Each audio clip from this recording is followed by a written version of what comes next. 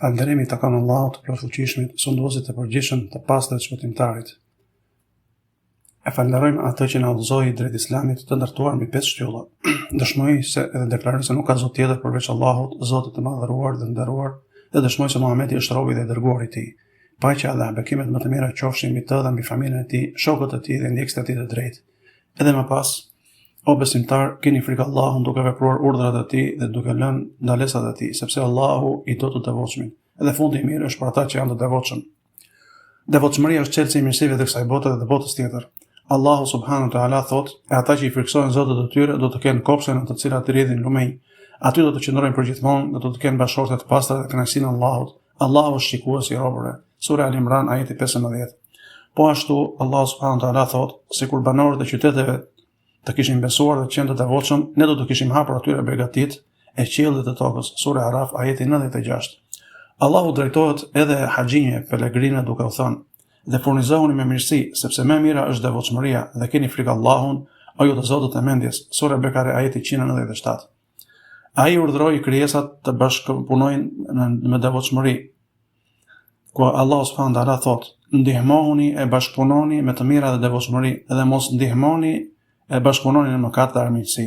Keni frikë Allahun, vërtet Allahu është ndëshkues i ashpër. Sura Maide ajeti 2. Devotshmëria është ta mbash fort fen Allahut dhe të veprosh sipas ligjeve të tij, me shpresë për shpërblimin dhe frikë nga dëshkimi i tij. Feja e Allahut është ajo që ai e përfundoi në këtë ditë, duke zbritur fjalët: sot ju e kam përsosur fen tuaj dhe kam përmbushur mirësinë time ndaj jush dhe jam i kënaqur që Islami të jetë feja juaj. Sura Maide ajeti 3. Islami përmban 3 nivele. Më e larta është ihsani, mirësia, që profeti sallallahu alajhi wasallam e ka përshkruar: të adhurosh Allahun subhanahu wa taala sikur ta shikosh atë, sepse edhe nëse nuk e shikon atë, Allahu subhanahu wa taala të shikon ty. Allahu subhanahu wa taala thotë: për ata që bëjnë mirë në këtë botë ka mirësi, dhe bota tjetër është më e mirë, dhe sa vendbani i mrekullueshëm është edhe ai për të devotshmit. Sura Nahl ajeti 30. Niveli i dytë është imani, besimi, të thuash me gojë, të besosh me zemër dhe të veprosh me gjymtyr. Arritet me bindje dhe zëvoglohet me mëkat.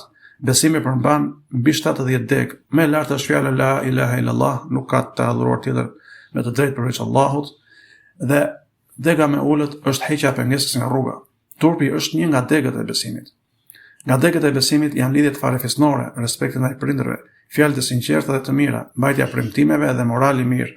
Allahu subhanahu wa taala thotë: adhuroni Allahun dhe mos i bëni atij shok, bëni mirë ndaj prindërve, farefisit, jetimëve, të afërmve, të fqinjve të afërt dhe të largët, ndaj shokut që ke pranë, udhëtarit, robërve. Allahu nuk i do mendimin të drejtë. Allahu subhanahu wa taala thotë: o ju që besuat, zbatoni premtimet. Sura Maide ajeti 1.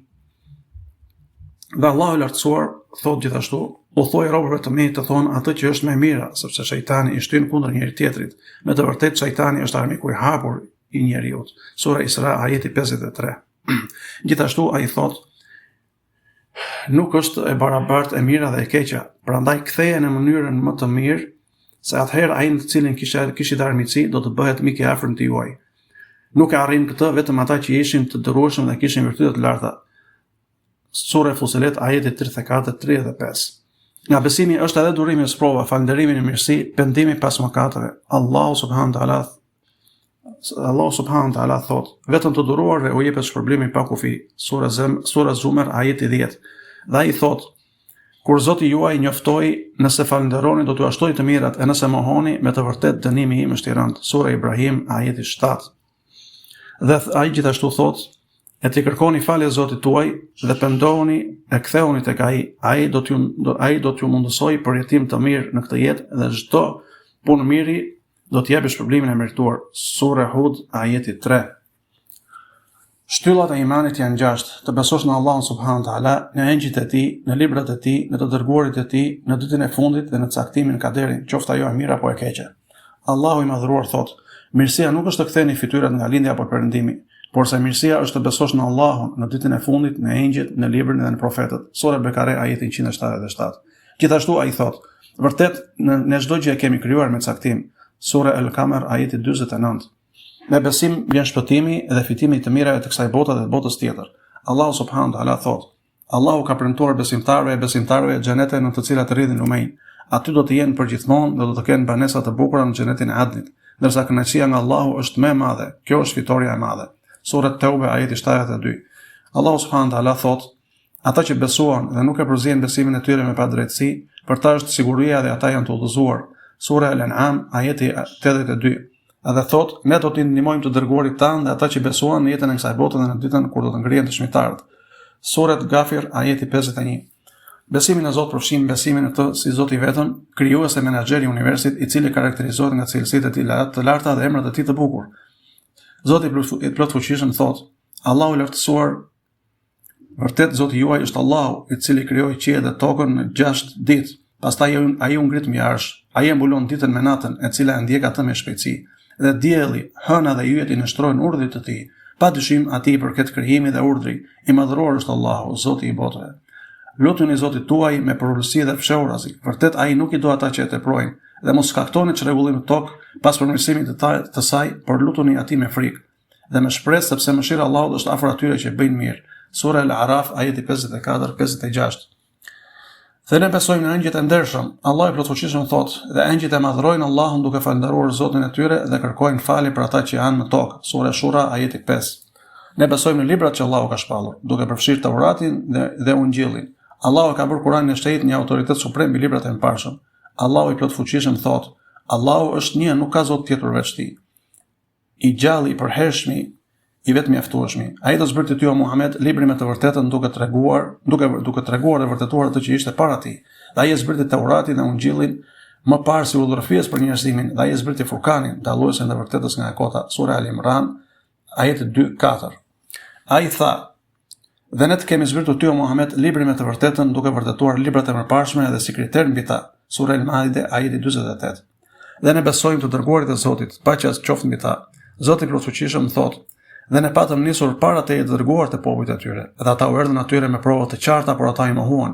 Prandaj ne ndëshkuam ata, dhe ishte detyra jona nga dënimi i besimtarëve. Sura Ar-Rum ajeti 47.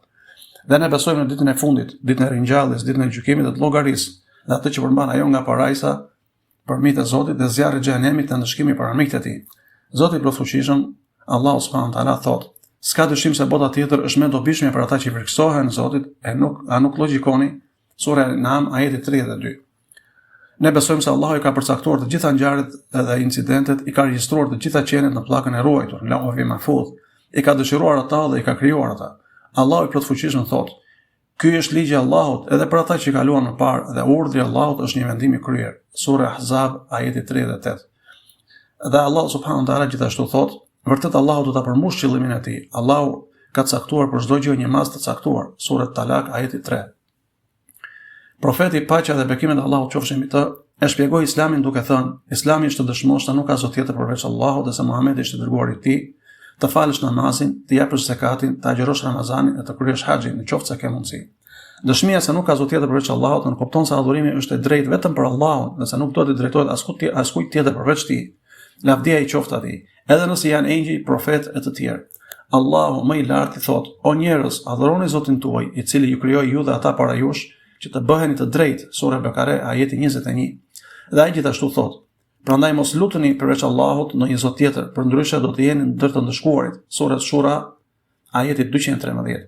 Dhe Allah subhanahu wa taala më i lartë thot: thuaj, o ju ndjekës të librit, e janë të një fjalë drejtë midis nesh dhe jush, që të mos adhurojmë askën tjetër përveç Allahut dhe të mos u shoqërojmë atij asgjë, dhe që askush prej nesh të mos marrë të tjerë Zot përveç tij. Por nëse ata refuzojnë, thuaj, dëshmoni se ne jemi musliman. Sura Al-Imran ajeti 64. Në këtë qëndron dinjiteti i personit, sepse nuk ka përulje përveç se për Allahun, më të lartin. Allahu më i lartë thot: dhe nëse Allahu ju godet me fatkeqësi, nuk ka kush që ta largojë atë përveç tij. E nëse ai dëshiron të mirën për ju, nuk ka kush që pengon mirësinë e tij. Ai e bën atë të arrijë kujt të dojë nga robërit e tij, dhe ai është falësi i mëshirëploti. Sura Yunus ajeti 107. Dëshmia se Muhamedi është i dërguari i Zotit kërkon bindjen ndaj tij në të gjitha urdhrat e tij, besimin në mesazhin e tij dhe ndjekjen e rrugës së tij në adhurimin e Zotit. Zoti nuk duhet të adhurohet vetëm sipas asaj që ka ardhur nga i dërguari i Zotit.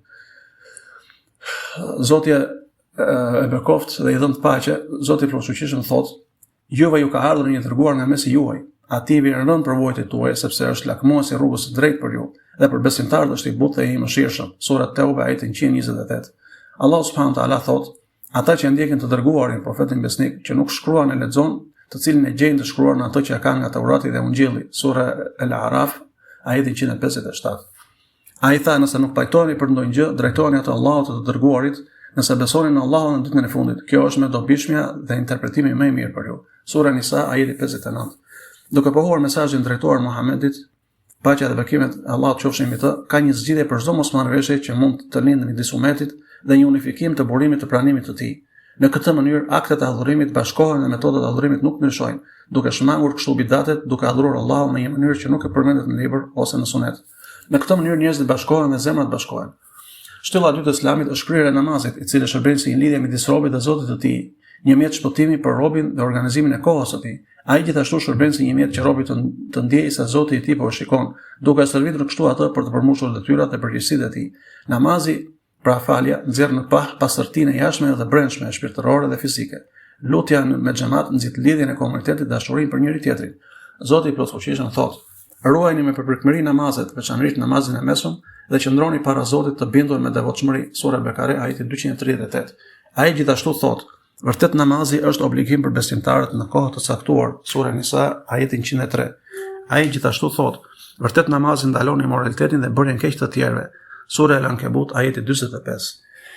Dhe Allah subhanahu wa taala thotë: me të vërtetë shpëtuan besimtarët, ata që janë të përulur e të nështruar në namazet e tyre. Sura Al-Muminun, ajeti 1-2. Allah subhanahu wa taala thotë: o ju që keni besuar, kur të ngriheni për namaz, lani fytyrat e duart tuaja deri në bryla dhe fshini kokat tuaja dhe këmbët deri në kyçe. E nëse jeni në gjunuba të papastër, atëherë pastrohuni. Sura Al-Maide, ajeti 6.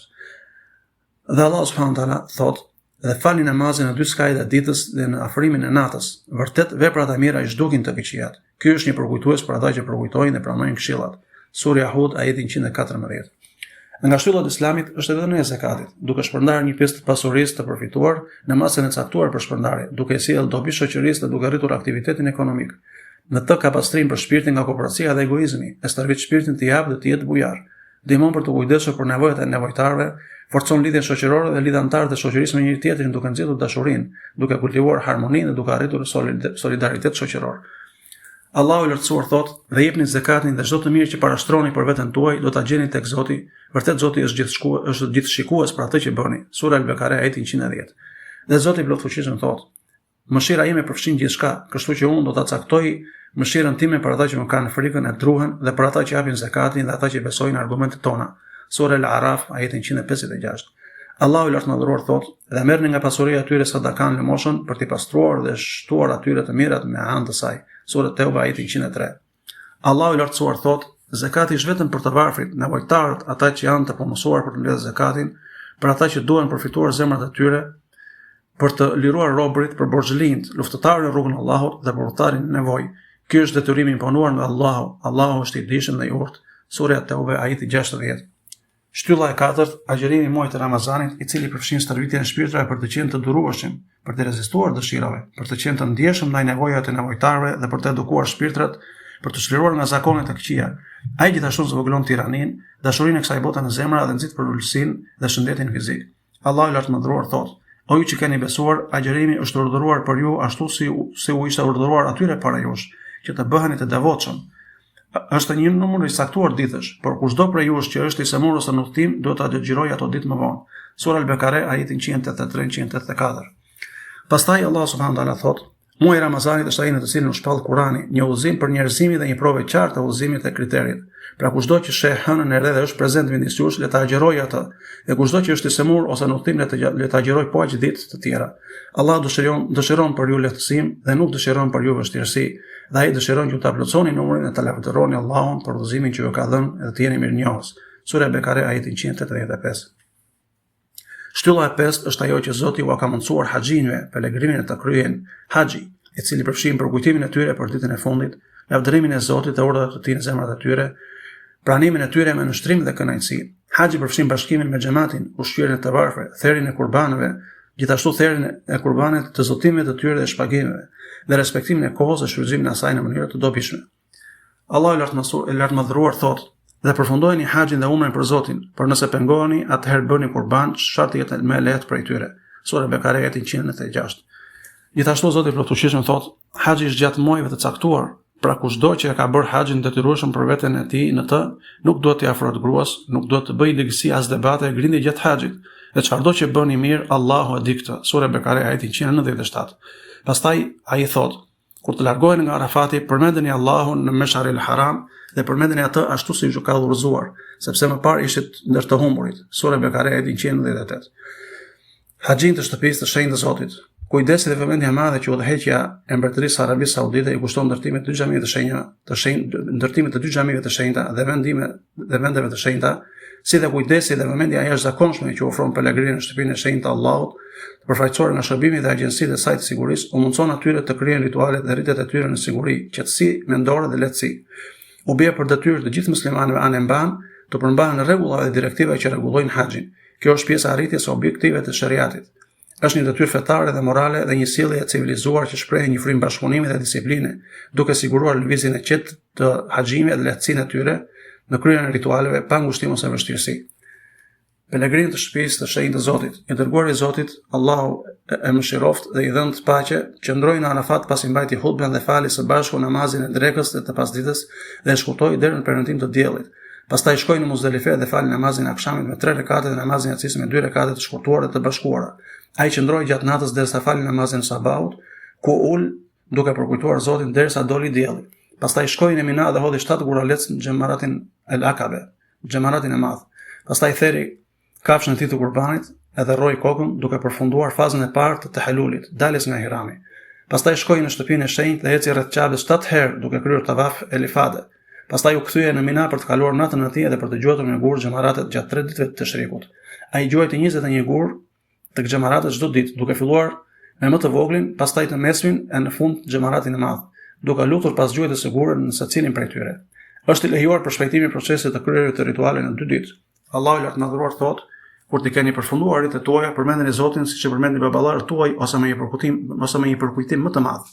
Midis njerëzve ka nga ata që thonë: Zoti ynë na jep në këtë botë, por ata nuk do të kenë hise në botën tjetër. E midis tyre ka që thonë: Zoti ynë na jep të mirave në këtë botë dhe në botën tjetër dhe na ruaj nga dënimi i zjarrit. Ata do të kenë shpërblim nga ajo që fituan dhe Allahu është i shpejtë në llogari. Dhe përmendni Allahun në ditën e caktuara. Por kushdo që nxiton të largohet në 2 ditë nuk ka mëkat për të, dhe kushdo që vonon nuk ka mëkat për të. Ata që i frikësojnë Allahut, dhe keni frikë Allahun dhe dijeni se tek ai do të mblidheni. Sura Bekare,